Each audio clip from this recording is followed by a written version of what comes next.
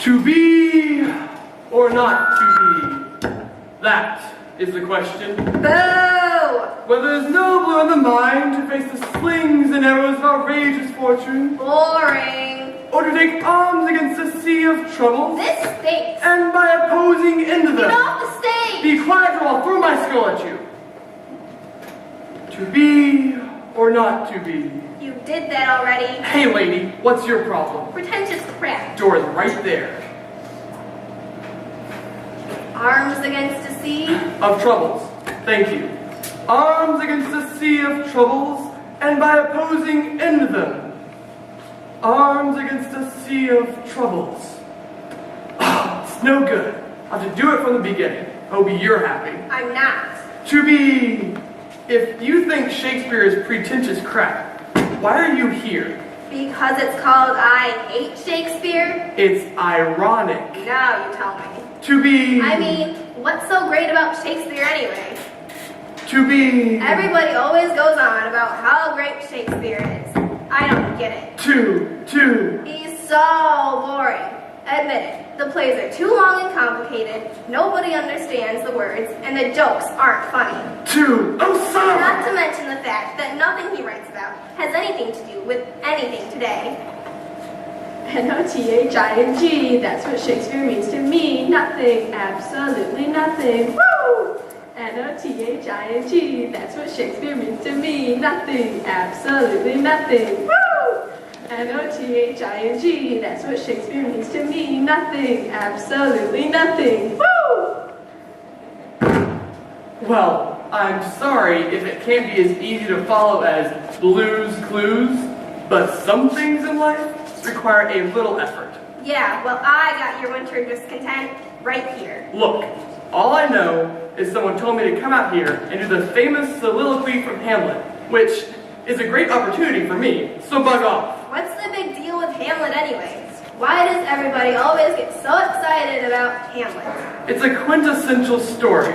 He's a remarkable tragic figure who reflects the dichotomy in all of us. He's the biggest wuss in literature. Look, all I have to do is kill one guy, right? One bad guy, and he spends hours agonizing about it, and then, when he finally decides to actually do something, he screws it up and a whole bunch of innocent people die, right? You don't understand the... Right? If you want to be simplistic about Right? it, fine, you're right. You're right. Told you. But there's more to it than that. He's a tortured soul who exemplifies man's indecision in the face of... He's wishy-washy with a capital wishy. That's just so ignorant. Look, tell me the story and I'll prove it to you. Fine, come up here and I will.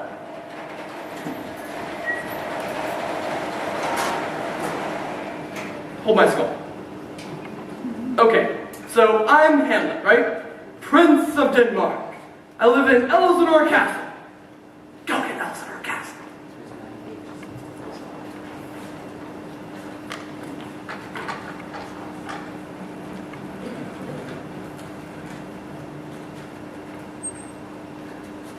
Hello, dear. Hello, son. Really? My parents, the king and queen. Hi, Mom. Hi, Dad. Who's that? Uncle Claudius, my father's brother. I don't like him. He looks shifty. I know. So, when the play begins, my father just died very mysteriously. And Uncle Claudius has jumped right in and married my mother and become king so fast that they served the leftover cold cuts from my dad's funeral banquet at the wedding feast. Son. And then one night, I see my father's ghost.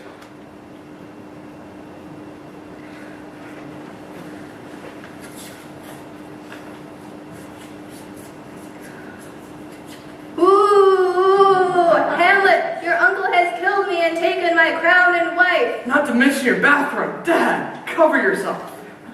Kill him and avenge me. Ooh. You're not very scary for a ghost. I'm not supposed to be scary. I'm supposed to be exposition. I give you information and you act on it. So go and act on it. I'm going to have to think about that first. What if you're not real? A figment of my imagination. A crust of moldy cheese, a bit of rotten potato. That's the ghost of Christmas past. And I told you, I'm not a figment, I'm exposition. I thought you were a ghost. See? There's your problem right there. If you just go and kill Claudius like I asked, instead of talking all the time, we'd be done by now. You can't just go and kill somebody in cold blood. He murdered your father and married your mother. What more reason do you need? I know. I'll pretend I'm crazy. How's that going to help anything? I need to get proof of my uncle's guilt. And if everyone thinks I'm crazy, no one will suspect I'm up to something. Hello? I'm a ghost. I think I know who murdered me. Farewell, ghost. See? This is why everybody thinks you're wishy-washy. No, they don't. No, they don't what? Think I'm wishy-washy. Oh, hello, Ophelia. Hello, Hamlet. Who are you talking to just now? Nobody. What I just heard. No, you didn't. Look, Hamlet. Speaking as your girlfriend, if you think that you can get out of our engagement by pretending to be crazy, you have another thing coming. You mean you'll marry me even if I'm nutsy cuckoo? Every marriage has its problems. We'll just have to work through them. I know. What if I become crazy too? Then we'll be perfect for each other. La-dee-wa-dee-doo-dee-doo. Oh man, I am having the worst day. I gotta see my mom. Mom! Is something wrong, dear? You've been acting awfully funny ever since your father was murmuring that he loved you just before he died, and then your uncle took his bathrobe. Oh, did you want it? See, that's just what I want to talk to you about. Something's rotten in the state of Denmark, and a little ghosty told me that you know all about it. How dare you say such a thing to your own mother? Are you crazy? Yes, I am crazy. And I say, Uncle Claudius killed father, and you knew all about it. How do you like them apples? Help! Help! My crazy son's attacking me! I'll save you. I think not, Uncle Claudius. Thus I have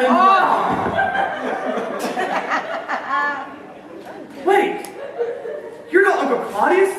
You're Polonius, Ophelia's father.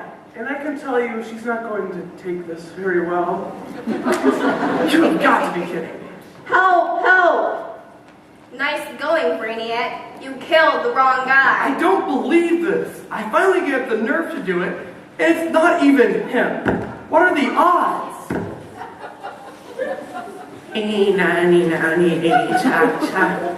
Hamlet, did you kill my father? Sort of. That's it. This wedding is off. Going crazy I can take, but killing my daddy is going too far. I am going to kill myself, and it's all of your fault.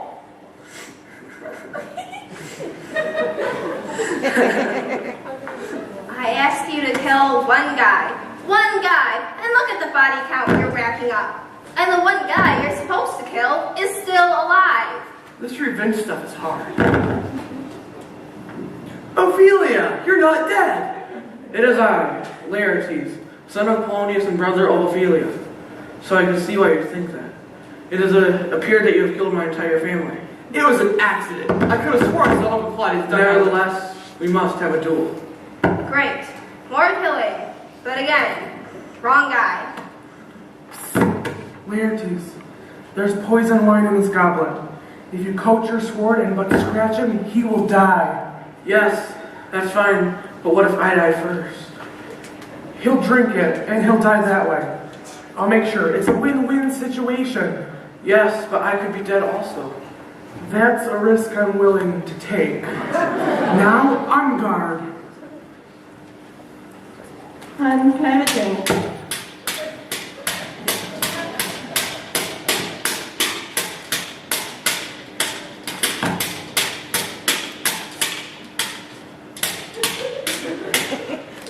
Ha, gotcha. 'Tis but a scratch. Now that is what I call a wound. Hey, that hurt. Hamlet, don't drink the wine. Why? Bad ear?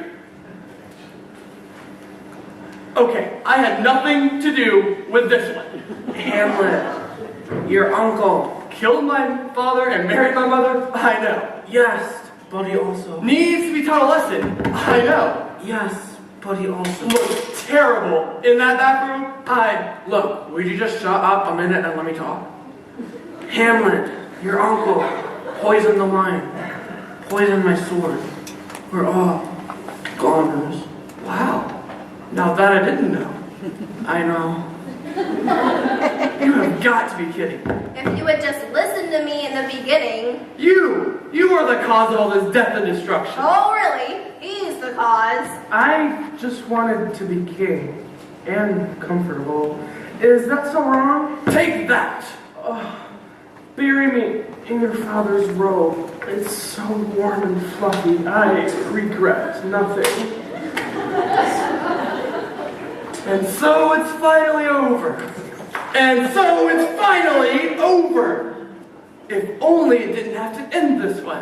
Well, it wouldn't have if you had just listened to me, Mr. Wishy-Washy. The rest is silence.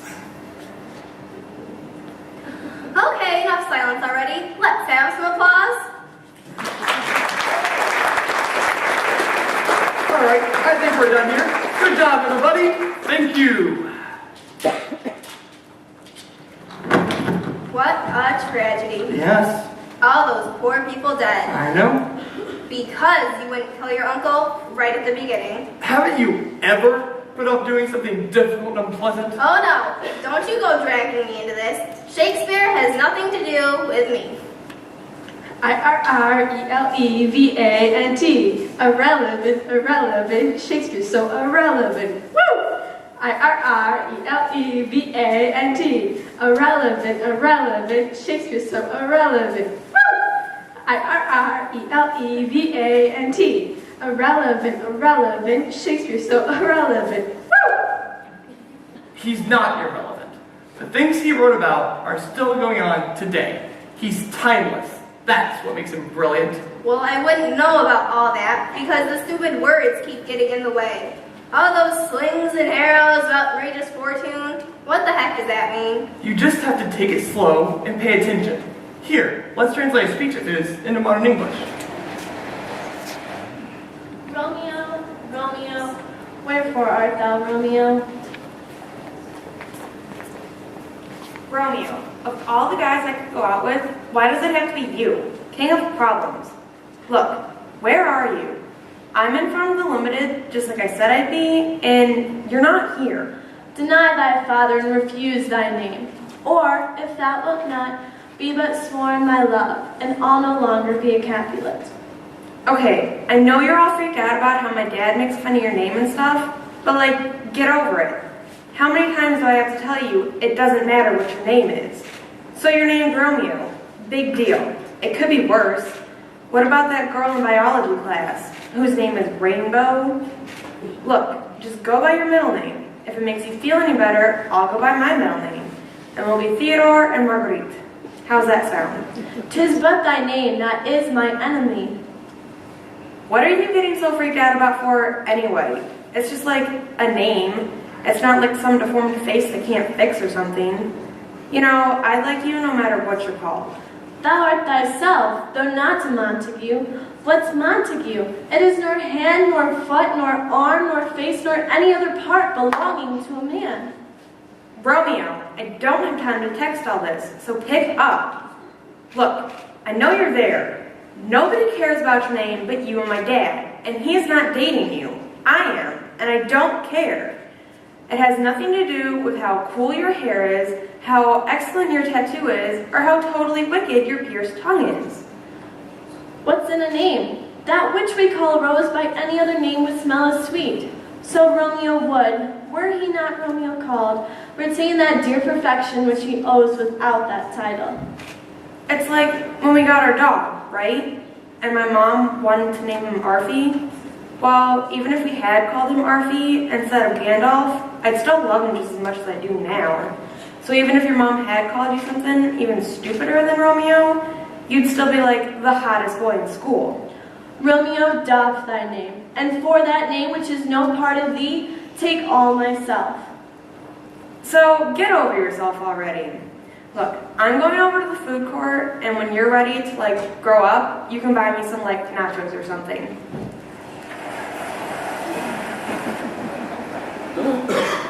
Oh, that's a name that's got to go. Woo! R-O-M-E-O, that's a name that's got to go. Woo! R-O-M-E-O, that's a name that's got to go. Woo! See, like, you can figure out what they're saying if you just, like, take it slow. I guess. It probably won't make you feel any better, but Shakespeare wouldn't have understood what you're saying either. Hey, you're right. That doesn't make me feel any better.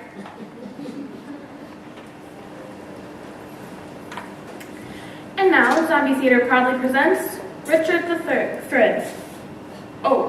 Sorry, that's Richard the Third.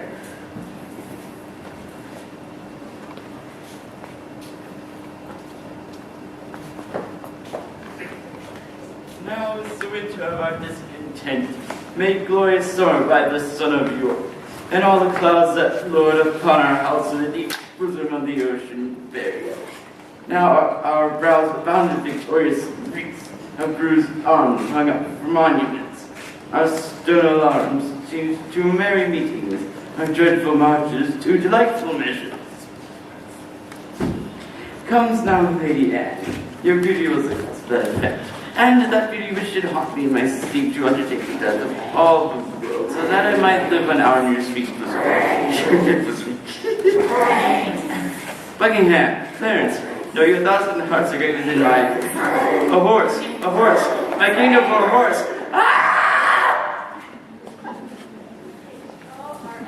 Richard needs a horse, you see, a horse. Ooh, a horse. Woo! H-O-R-S-E. Richard needs a horse, you see, a horse. Ooh, a horse. Woo! H-O-R-S-E. Richard needs a horse, you see, a horse. Ooh, a horse. Woo! Now, let's take a moment to learn a little about William Shakespeare, shall we? Here with us today is a British literary historian to tell us all about him. Thank you, Madam Narrator. Now, back in Shakespeare's day, record-keeping was spotty at best, and so we simply do not know as much about the bard as we would like. For instance, we do know that he was born in Stratford upon Avon and baptized in the year 1564. We do know that he was married at the age of 18 to Miss Anne Hathaway, who was Mr. Drysdale's secretary on the Beverly Hillbillies. Really? But there are many things we do not know about Shakespeare. Did he actually write all those plays, or did someone else? Is he really buried in the hallowed grounds of Stratford, or does he still walk the earth as one of the living dead? What? Why did he come to Earth from a distant galaxy far, far away to enslave mankind with his mutant telepathic powers? Excuse me? Was he really 20 feet tall, with eyes that could shoot great jets of fire? Some say yes. No, they don't. Was he responsible for spreading the plague throughout England in the 16th century, using his army of intelligent rat slaves? We may never know for sure. I'm pretty sure we will. He didn't. And, since there are no photographs of them together, it has been suggested that William Shakespeare and Queen Elizabeth I were one and the same person. No, it hasn't. We will never answer these questions definitively, but one thing is for certain. Whether his name was William Shakespeare or Lulu von Glutenstein, he is credited with writing some simply smashing plays. Thank you, and good night. What the heck was that? I don't think you're a proper British literary historian at all. No, dude, I'm totally legit.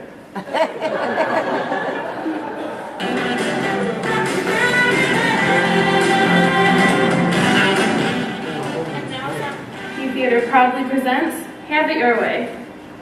Oh, sorry, that's As You Like It.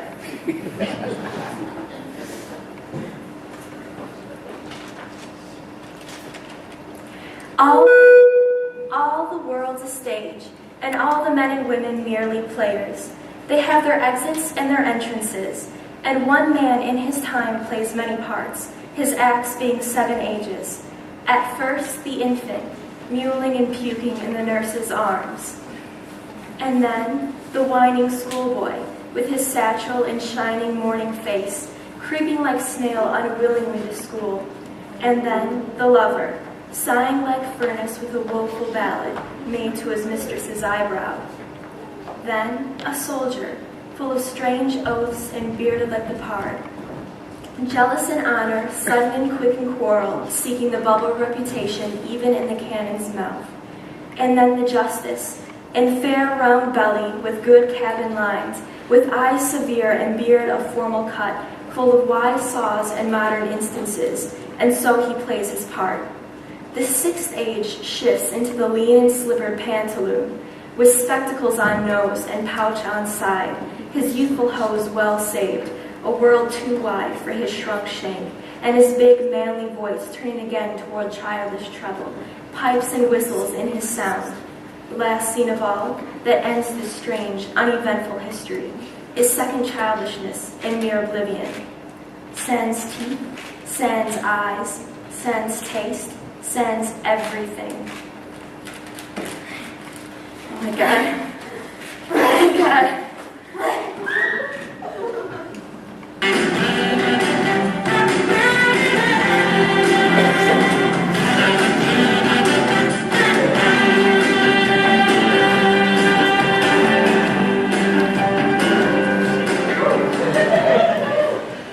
Hello, audience. I'm Jerry Springer. And on a very special program today, we have two men who used to be good friends. But now something has come between them, and we're going to try to get to the bottom of it. First, we have a military man, General Othello. Coming out here, General. Next, we have Othello's very good friend. He is also in the military. Please welcome Iago. And I think you know who the empty chair is for. When a friendship between two men goes this wrong, there's got to be a woman involved. Let's meet her. Here she is, Desdemona.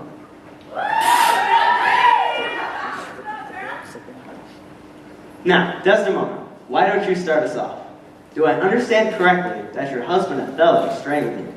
Yes, Jerry, he did. That sounds terrible. Oh, it was, Jerry, it was. He accused me of the most vilest things, and then he started on strangling me, and then he killed me. He actually killed you? Yes, Jerry, he did. And just what did he accuse you of doing? He said I was being unfaithful to him. And were you? Oh, no, Jerry. I wouldn't want to be with anyone else. I love him. And do you still love him, even though he strangled you? Of course I do. What kind of trashy girl do you take me for? I may not have book smarts like you do, but I know what love is. And don't change even if you're dead and strangled and your tongue is sticking out and your hair's a mess. Now, Othello, why would you do something so terrible to this lovely girl? Well, I was going to poison her, but Iago said to strangle her instead. Do you listen to everything Iago tells you? I don't know. If Iago told you to jump off a bridge, would you? I don't know. Yes, he would, because I'm his good friend. And if I told him to go jump off a bridge, I'd have a mighty good reason to. Maybe he's on fire or something. So you're his good friend. Well, I thought so, till he went and promoted Mick Cassio over me.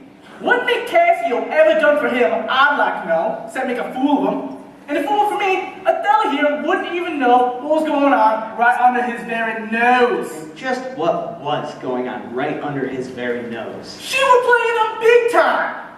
Yeah. She was all unfaithful to me, Jerry. She was making a fool of me for my friend, Mick Cassio, the guy I promoted. That's a lie. That's a lie, and you know it. You kicked that back.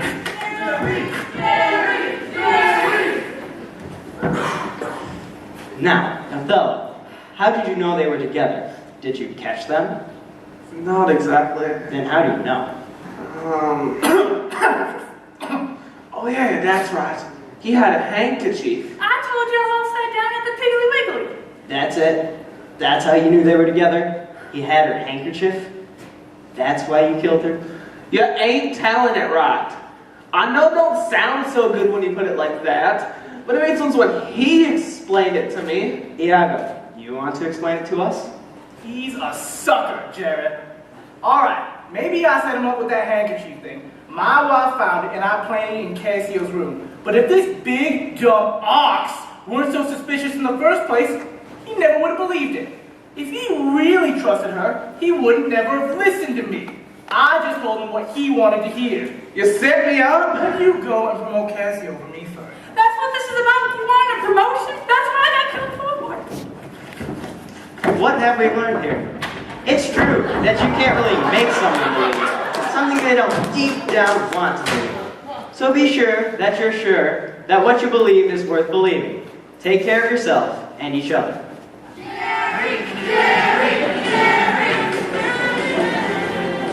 Jerry, he's our man. Let's all be a Springer fan. Woo! Jerry, he's our man. Let's all be a Springer fan. Woo! Jerry, he's our man. Let's all be a Springer fan. Woo!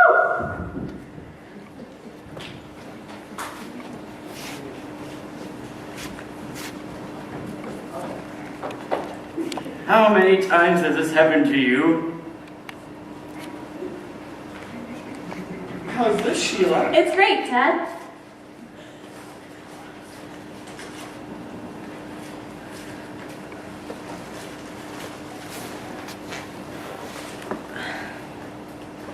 It sure was swell of you to suggest a picnic. It was swell of you to think of the beach. You sure look swell if that babe was here. It sure is swell of you to say so. Don't those ocean swells look swell? I'm gonna learn to surf someday. Really? That'd sure be swell. You're out on the beach with your best girl, your favorite sandwiches, a cold drink. Nothing could be sweller. And then, out of the blue, trouble.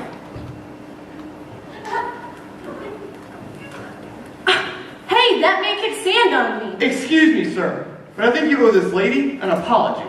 Say you're right. Ma'am, I'm really so terribly sorry. Thank you.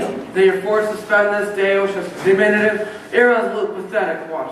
Well, I never. Wouldn't you rather be spending your day with such a well-spoken, erudite scholar like myself? Ted, say something. That's, very, uncalled for. Is that the best you can do? Well, I'm sorry, Ted. I like a man with a strong vocabulary, and well, he really has it. Darn!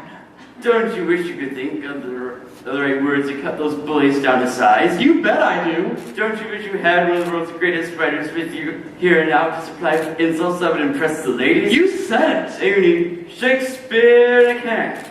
Shakespeare in a can? What's that? It's a revolutionary new product that provides you with the right words at the right time. Now, let's see that again.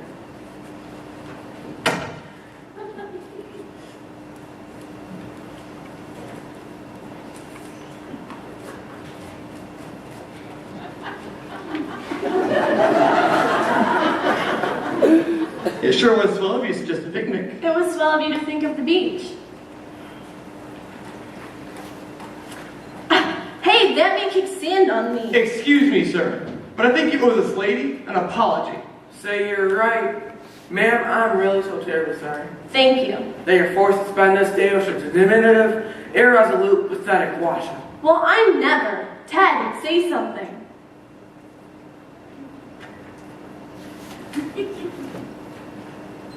Thou art a paunchy, full-blown blossom. What? You heard me. Yeah, well, I'm rubber, you're glue. Anything that you say bounces off me and sticks to you. Methinks thou art a general offense, and every man should beat thee. Ted! You better leave us alone. Yeah, or what? Or, you starveling, you eel-skin, you dried neat's tongue, you bull's pizzle, you stumpfish. I call you a poisonous bunch-bagged toad. Stop. Now leave, thou little foul deformity. You are a qualling pox-marked varlet, and you are not worth another word, else I call you knave. Ted, I've never seen this side of you. Say another one. It was a churlish, dismal dreaming puttock. There's no more brain than I have in mine elbows. Oh, Ted. Forsooth, and it tastes good too. Thanks, Shakespeare in a can. Shakespeare in a can. Get yours today.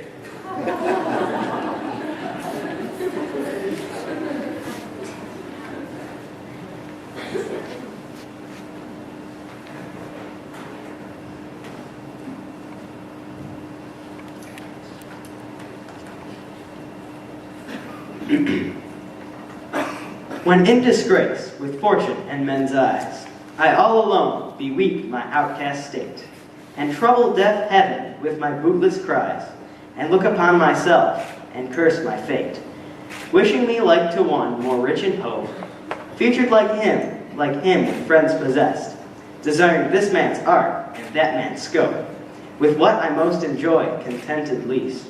Yet in these thoughts, myself almost despising, haply I think on thee, and then my state, like to the lark at break of day arising, from sullen earth sings hymns at heaven's gate. For thy sweet love, remembered such wealth brings, that then I scorn to change my state with kings.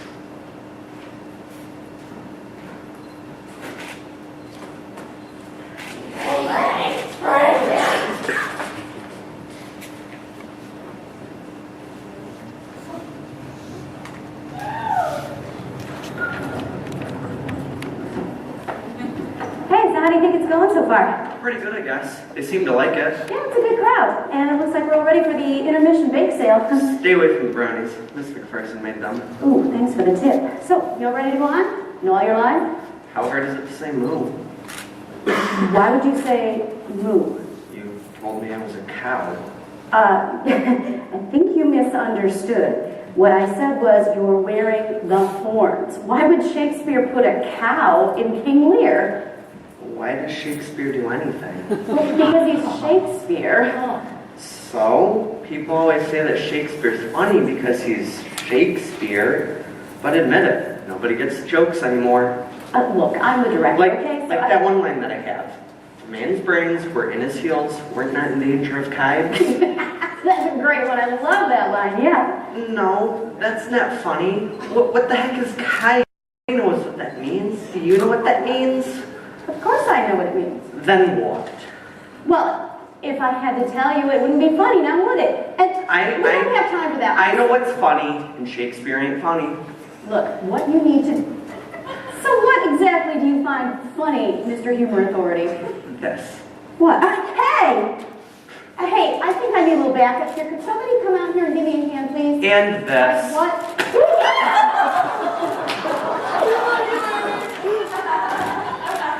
Intermission and bake sale.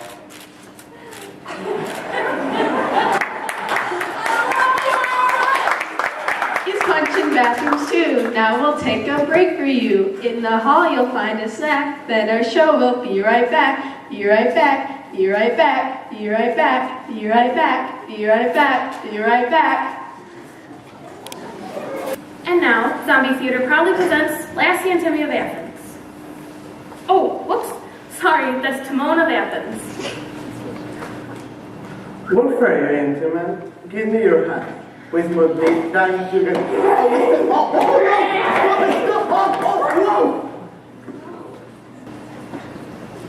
So, how are you enjoying it? I'm starting to like it. Maybe Shakespeare's not the stuck-up old fart I always thought he was. Don't worry about the words so much. Just enjoy the story. For instance, the Scottish play. Usually like that one, it's got murderers and witches and ghosts and a crazy lady who thinks she's covered in blood. I've never heard of the Scottish play. Well, it's really called Macbeth. Macbeth? I can't say it. It's bad luck. Bad luck. You can't say the name of the theater. All kinds of bad things will happen. You're kidding me. I'm not. So tell it to me if it's such a great story. Okay, but we can't use the name. So it starts off out in this field up in Scotland with these 3 witches. When shall three meet again? In thunder, lightning, or in rain? And then these 2 generals come by, Banquo and Macbeth. Oops. You said it! See? Told you it's bad luck.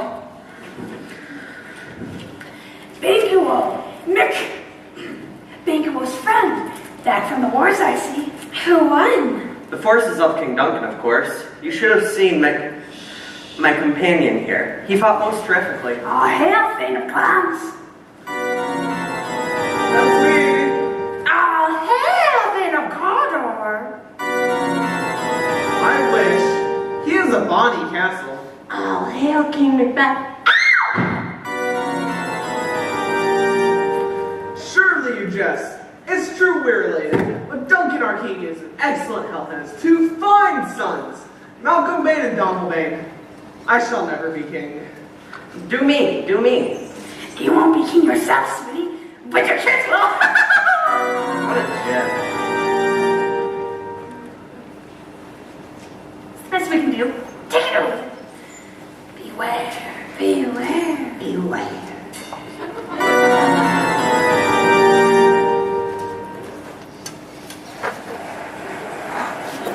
Well, that was odd. I know. Where's that music coming from? What's a thing? A lord, you know, like a nobleman. Thank you as friends. Good news. In recognition of someone's valor, someone has been made Thane of Cawdor. What are the odds?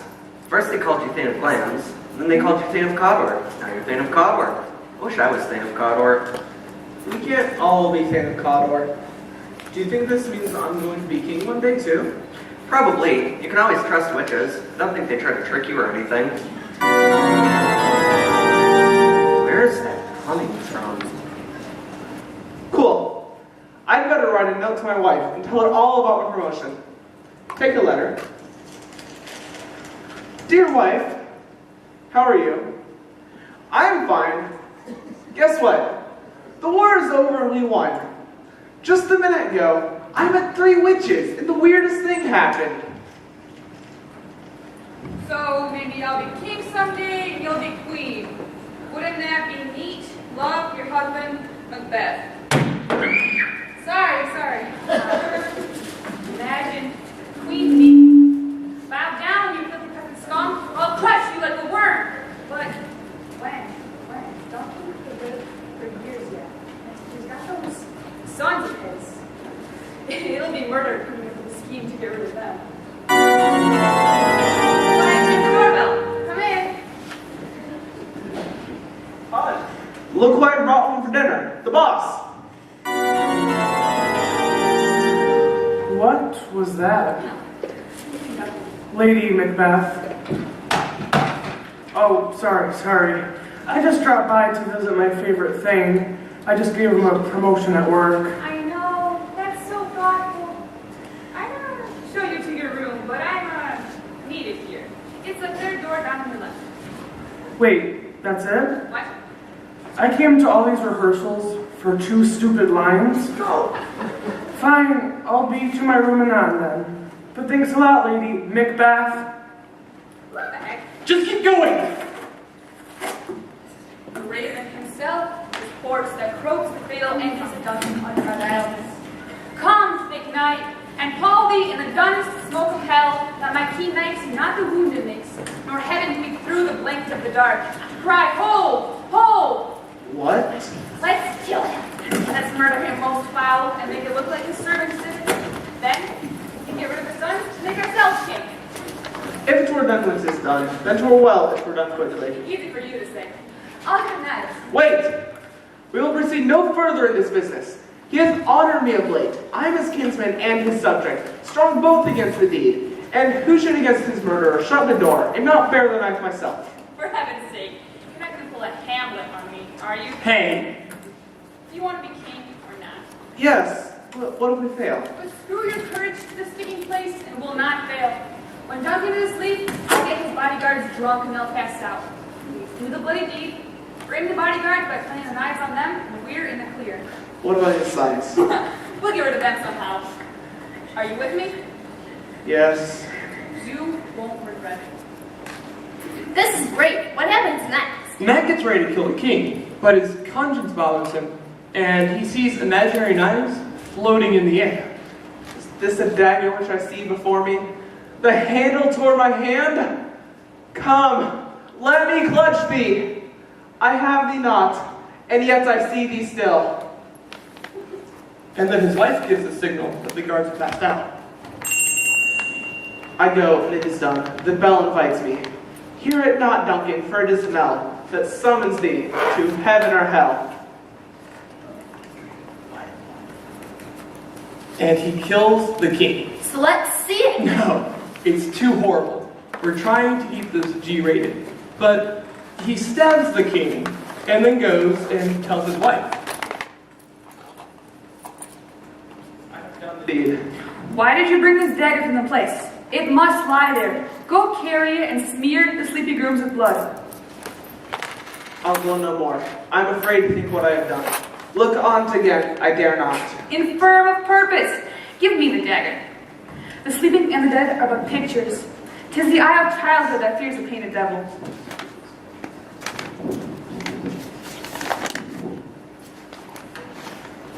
Will all great Neptune's ocean wash this blood clean from my hands? No, this my hands will rather. The multitudinous seas and incarnadine, making the green one red. My hands are of your color, but I shame to wear a heart so white. I don't feel so good. Just go wash it off. Sheesh, what are you, little girl? So, do they get away with it? They do. The guards get blamed, and Mac pretends to go crazy with grief and kills them before they can protest their innocence. And what about the king's son? They get scared and save the country. So Mac becomes king, just as the witches predicted. But we all know the crime is not paid. Exactly. He feels guilty and afraid. Remember what the witches said to his friend Banquo? I'll get you, my pretty, and you'll learn not to. Wrong story. You won't be king yourself, sweetie, but your kids will. So he's worried that Banquo will somehow depose him. So he invites Banquo and his son Fleance to his castle for a banquet. Oh wait, Fleance? Great name. At least I've got a name. Check the program, smart one. You're listed as unhappy person in audience. And then Mac manages to have him killed as they're riding to the castle. And Banquo is murdered. But Fleance gets away. And then at his party that night, Mac gets a very nasty surprise.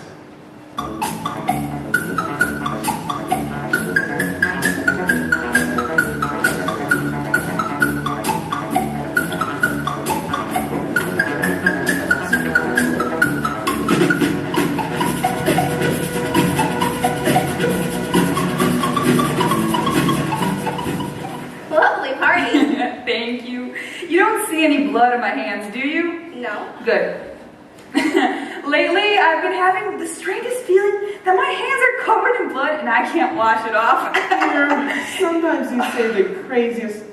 Banquo? I don't think he came. But he's right there, staring at me, looking at me with those horrible eyes. He's pointing at me, accusing me of killing him. Can't you see him? Get a hold of yourself. Sorry, everyone. I'm afraid the party is over. My husband seems to have suddenly become a deranged lunatic. That's one way to clear the room. Get a hold of yourself. You are going to blow this for us. I saw him, I tell you, plain as day. Look, why don't you just go have a word with those witches? They'll put your mind at ease.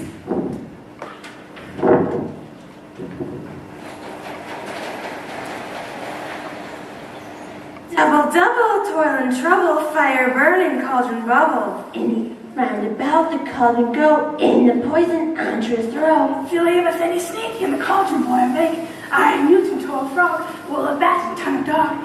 Add a fork and blind one sting. Lizard slave and now let's link. For a charm of powerful trouble, like a hell broth boil and bubble. If they invite us to dinner, let's not go. By the pricking of my thumb, something wicked this way comes. What do you wish to know? Tell me I have nothing to fear. Let us conjure fearsome spirits who know all.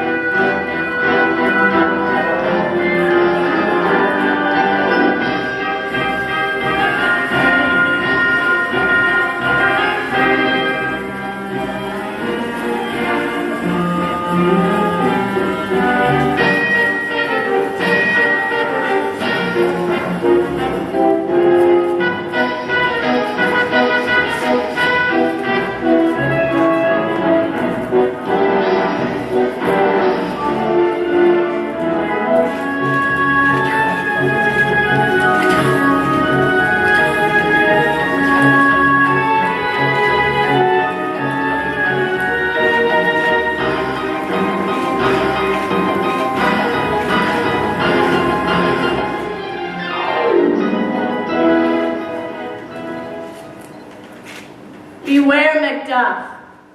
But he's in England. He can't hurt me there. But just to be sure, I'll kill his family. Be bloody, bold, and resolute. Laugh to scorn the power of man. For none of woman born shall harm man. Well, that's reassuring. Everyone's born a woman. Mac shall never vanquished be until great Burnham Wood to high Dunsinane Hill shall come against him. So you're saying I'm safe until the trees around my castle start walking toward it? Excellent. Thanks, gals. Show his eyes. And grieve his heart. How much shadows so depart. I wonder how my wife is getting along. Oh, I love this part. Lady Mac is going crazy. She's sleepwalking. Yet, here's a spot. Out, damn spot. Out, I say. Who would have thought the old man to have so much blood in him? What? Will these hands ne'er be clean? Here's the smell of blood still. All the perfumes of Arabia will not sweeten this little hand. I tell you yet again, Banquo is buried. He cannot come out on his grave. To bed, to bed. There's knocking at the gate. What's done cannot be undone. To bed, to bed, to bed. And she kills herself. She should have died hereafter. There would have been a time for such a word. Tomorrow and tomorrow and tomorrow creeps in this petty pace from day to day, to the last syllable of recorded time, and all our yesterdays have lighted fools the way to dusty death. Out! Out, brief candle! Life's but a walking shadow, a poor player that struts and frets his hour upon the stage, and then is heard no more. It is a tale told by an idiot, full of sound and fury, signifying nothing. Macduff, who's another Scottish nobleman, has suspected what's going on, and after Mac kills his family, he raises an army, and they gather around the castle. You can't hurt me till Burnham Wood walks to my castle walls. Unfortunately, the soldiers have camouflaged themselves with tree branches, so it looks like that's exactly what's happening. Macduff. Macbeth. Splinter. Nice try, but I'm afraid I can't be killed by any man born of woman. Well, I wasn't born of woman. My mother had me by C-section. So there. Don't do my technicality. Those darn witches deliberately misread ladies. On guard.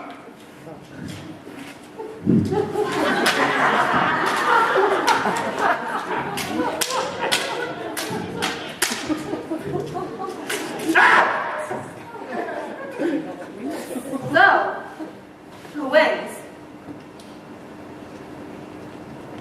Me, of course. Order must be restored. Huzzah!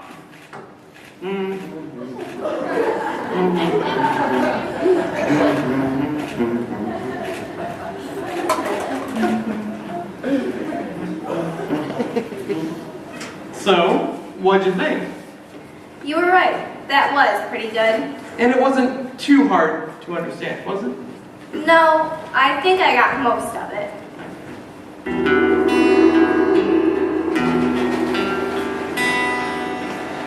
Miss Purdy, where's my 1 o'clock? Dead of the plague, Mr. Burbage. Here are the box office totals for Coriolanus that you asked for. These are awful. They're worse than Timon of Athens. They're better than Pericles, Prince of Tyre. That play where the audience got pelted with rotten garbage did better than Pericles, Prince of Tyre. It's not even a tenth of what we made on Macbeth. Sorry. Every play can't be the Scottish play, Mr. Burbage. It's just that the Lord Chamberlain's men can't afford another Coriolanus. Who'll ruin the company? Is Bill here yet? He's in the waiting room. Did he say what his latest play is about? It sounds like another romantic comedy. Not more mistaken identities. Why doesn't he understand that men in drag are funny, but women dressed as men are just dull? I don't know, Mr. Burbage. I think he mentioned a husband who suspects his wife is cheating on him. That's not what's hot right now. Send him in, Miss Birdie. Yes, Mr. Burbage. Shut that bloody loop music up.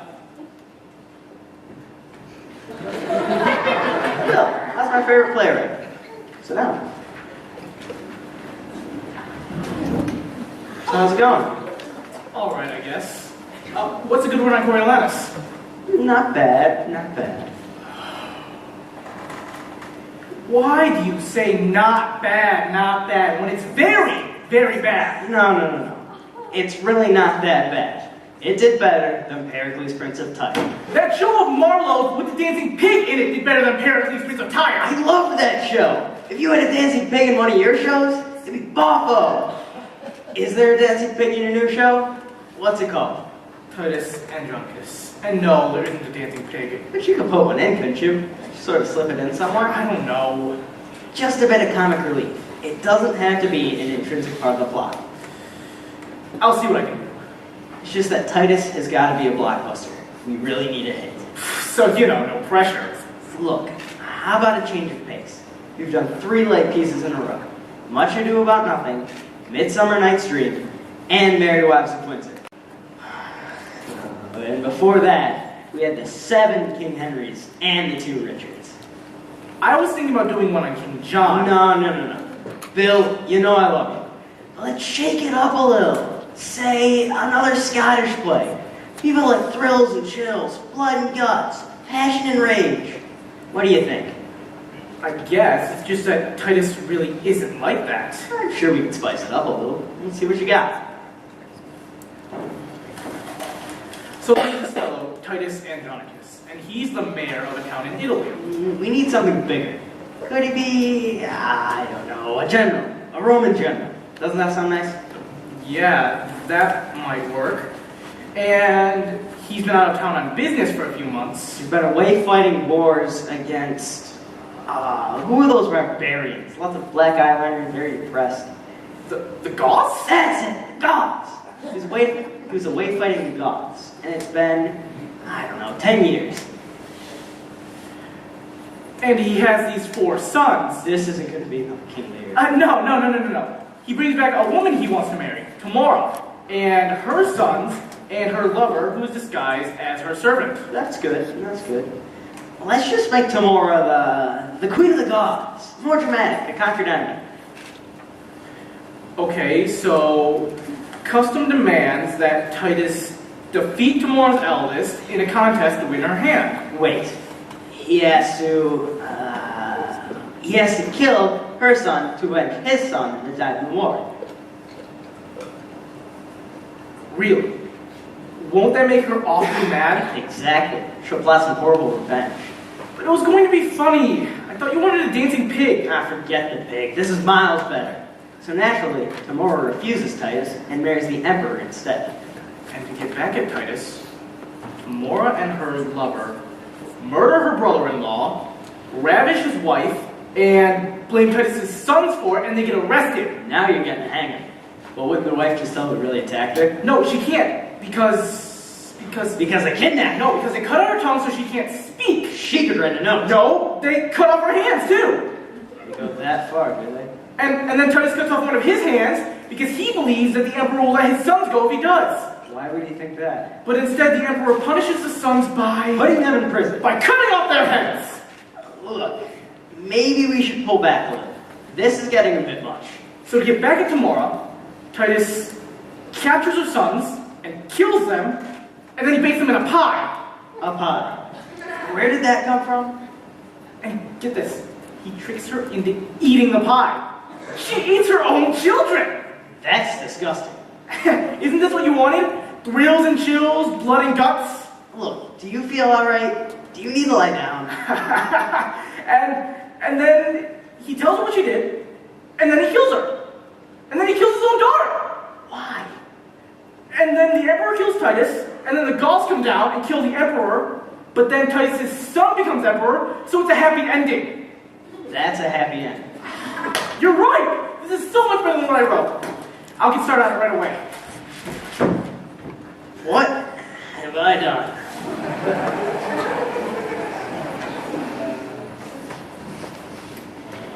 And now, Zombie Theater proudly presents Orange Julius Caesar Salad.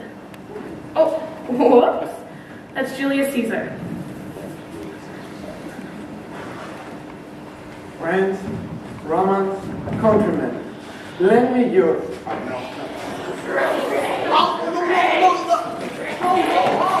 Oh, my leg, no!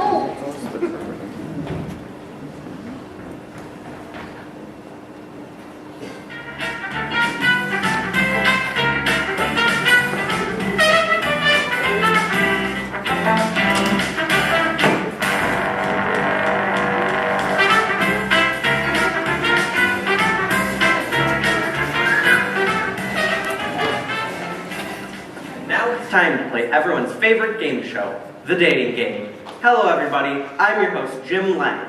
Now let's bring out our 3 lucky bachelors.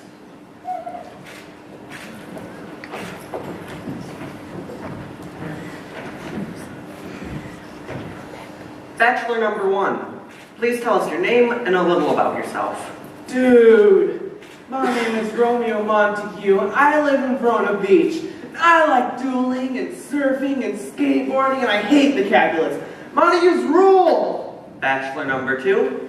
Hello, Jim. My name is Paris. I'm a count.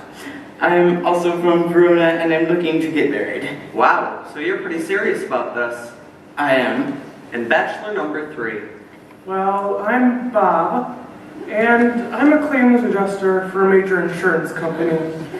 But I think I'm on the wrong... That's great! Now let's bring out our lovely bachelorette. Her name is Juliet. She's also from Verona. Why don't you tell us a little something about yourself, Juliet?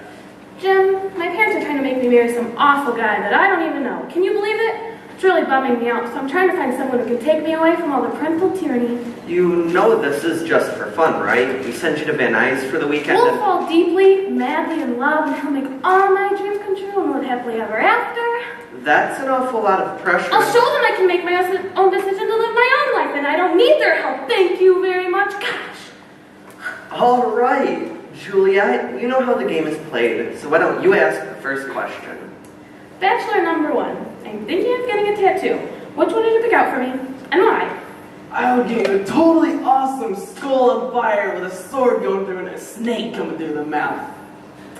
But I was thinking of a teddy bear. Okay. I see where you're going with this. So change it to a pink teddy bear. Okay. And it's on fire with a sword going through and a snake coming through the mouth. Ew!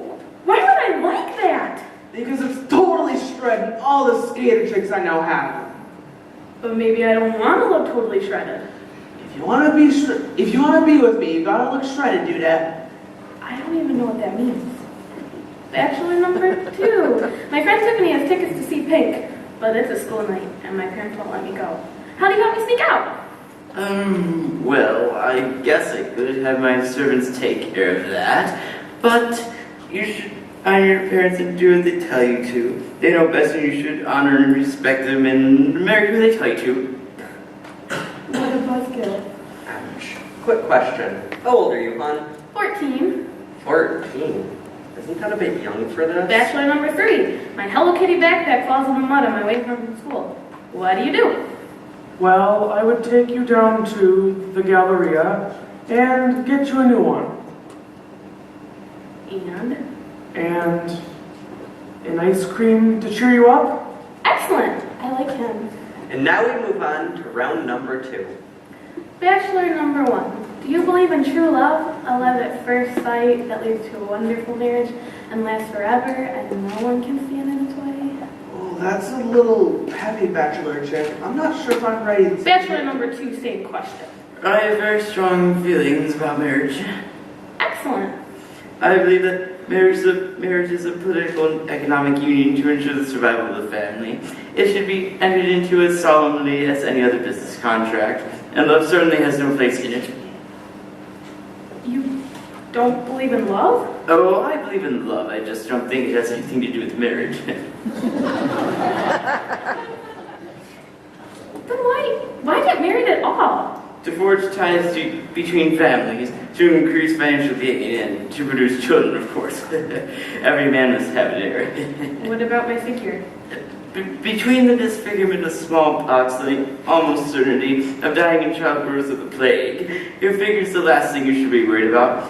Did I ever mention I could have you burned as a witch if I get tired of you? Bachelor number 3. You believe in love and marriage, don't you? Well, of course I do, but... Him, he's the one I want him. But there's still... Him. All right, then let's meet the bachelors you didn't choose. Bachelor number 1, come on out and meet Juliet. Ow, what a fox! Oh, he's cute. Can I change my mind? No, I'm sorry. You did not choose Romeo Montague. Montague? Oh, I hate Montagues. What's wrong with Montague? Wait a minute. Hey, Juliet Capulet. Is she a Capulet? Dude, I'm so out of here. Montague stink! Montague's rule. And here's bachelor number 2.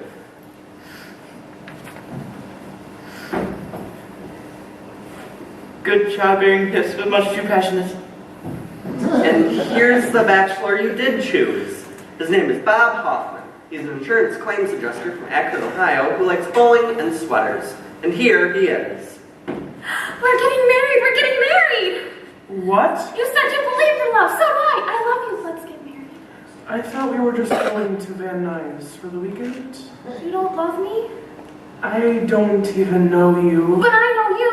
One look in your eyes and I knew we were meant to be together. Forever! It's written in the stars. What stars? What is she talking about? He's burning me! He doesn't want me! I have no reason to live! Eyes look your last, arms take your last embrace, and lips so you the doors of breath seal with a righteous kiss, a dateless bargain to engrossing death. Come bitter conduct, come unsavory guide, thou desperate pilot now at love's run, on the dashing rocks I seasick weary bark. Here's to my love. O true apothecary, thy drugs are quick, and thus the kiss I die. Do I still get that weekend? I'm afraid that's all we have time for. We'll see you next time on The Dating Game.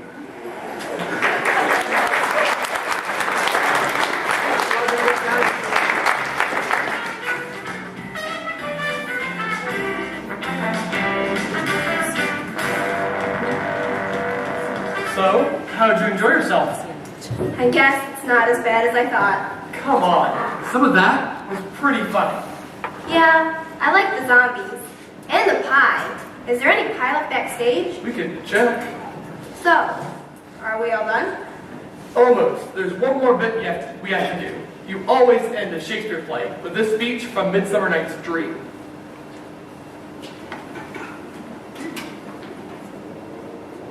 If we shadows have offended, think but this, and all is mended, that you have but slumbered here, while these visions did appear. And this weak and idle theme, no more yielding, but a dream.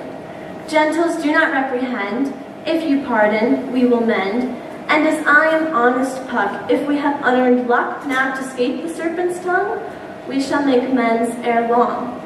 Else the Puck a liar call, so good night unto you all. Give me your hands, if we be friends, and Robin shall restore amends. Now see? I think I got most of that. Let's go get some pie.